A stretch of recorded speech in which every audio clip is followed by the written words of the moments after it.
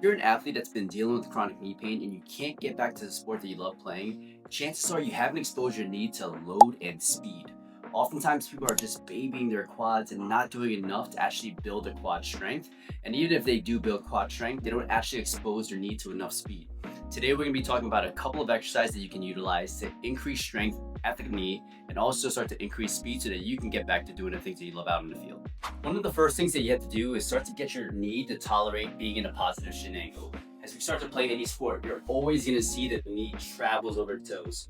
Oftentimes, people think that that's a bad thing, but it's just because you haven't prepared your body to handle those forces. So what we're going to do is we're just going to go into a split squat isometric. And in this position, you can see how the knee is directly above the ankle. And we can hold this for anywhere close to 45 seconds, build up to that. And as that starts to feel pretty good, what Lucas can do is he can transfer his whole body and shift his weight forward more and more. To the point that he can still maintain some heel pressure to keep his heel on the ground. And this is going to start to put more load to the quad. There's going to be certain people that will start to feel knee pressure. You're just going to dial it back a little bit and work at the range that's comfortable. But the overall goal is to, over time, get that knee as far forward as you can while keeping your heel down. After you're able to do the split squat iso and really hold and control that bottom position, we can start to work up and down motions with the narrow stance split squat. So with the narrow stance split squat, we're purposely not letting his back leg be too far back because that's gonna not allow his knee to translate forward. But with the narrow stance split squat, as he comes down, he has no choice but to start to really load this quad. We're gonna come up from there. And we're really trying to keep most of his weight over his front leg. So when he comes down, we're mid-foot pressure, you're gonna push this leg to come through, and he's gonna keep his hips stacked over his front leg. Distribution-wise, you want about 70 to 80% of his weight on that front leg. And over time, we can start to increase the load for the dumbbells. And from a torso position, we want the torso to be nice and upright while his shin moves forward this way, which is gonna create more stress to the quad. And again, these positions aren't bad, you just have to be prepared for them. You can always modify this with the weight. One of the ways to progress from a split squat is going to be to do a forward lunge. Now with the split squat, he typically will have his legs in a forward and back motion already prior to getting started. So let's just, you're just going to bring your left leg forward. And he's going to hold that position to come up and down. And that's what a split squat is. With a lunge, he's going to have both his legs together and he's going to dynamically move into that position. And what that's going to do is it's going to increase the stress because the lift is going to get a little bit faster, but he also has to decelerate the motion now of his torso coming forward.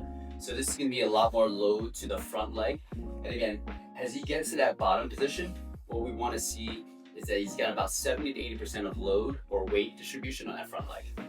And in this one, we will load heavier, so anywhere from a 6 to 10 rep max. And you want to leave about 1 to 2 reps left in the tank in order to make sure that it's challenging. A lot of the ways that we can start to increase the speed for the lunges is to make sure that the person is being pulled into the actual lunge. Lucas is going to be doing a banded forward lunge, and same thing, we got that band anchored to the rack, and the rack is going to, well, the band's going to be wrapped around his waist, and he's going to be doing a forward lunge. With this kind of anchor point, the band's going to be pulling him forward, and he's going to be able to decelerate that motion. So Lucas is going to go, yep, and you're going to push back. And some of the things that we're looking for here is, oftentimes people will lose their shape. They'll go into the lunge and their torso will completely collapse. But Lucas is doing a great job of keeping himself nice and upright here as he's going to that banded lunge, which is going to stress the quad more. And to make this a little bit more difficult, Lucas, we can also still add something in goblet position. So now he's got the load of the band pulling him forward and also the weight. To make the lunge a little bit more specific to the patterns that you're going to see in sport, we're just going to go to a couple of steps and then stick a lunge stop. You can also progress this into a jog to a lunge stop. And the goal is you can scale this, right? You can make the steps nice and slow and get into a lunge stop, and you can make the steps a little bit quicker. The more speed that you put, the more load you're going to put into the quads. And what we want is to make sure that you're actually feeling your quad work and you're keeping a good shape. A good shape for this instance to make sure that we're loading the quads is a positive shin angle and upright torso. So Lucas is just going to go into 3 steps into a lunge stop. You can do it nice and slow initially. Perfect. And then as you start to get comfortable and he's got that technical competency, he can start to almost do a little bit more of a jog or a faster step to lunge stop. And this is very, very demanding. So the reps don't have to be that high. Typically, we're looking for 3 sets of 5 repetitions on each side because the speed puts a lot of load and you want the person to be able to recover. As we start to increase the intensity, we want to decrease the volume so that we're not overloading the tissues. Knee pain is super complex, and obviously we're addressing the quad in isolation. But there's a lot of other things that contribute to quality knee movement. Sometimes we have to address the tibia internal rotation. Sometimes we got to look at the foot and ankle complex. And sometimes we have to address the hip. And honestly, we usually try to take a comprehensive approach where we address the whole lower limb as we're treating the knee.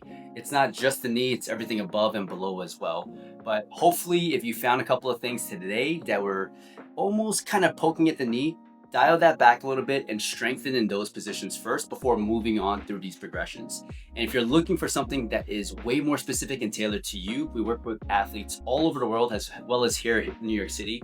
And all you have to do is get to our description and you'll click a link. It says momentptp.com/contact us, submit an inquiry, and someone on our team will reach out.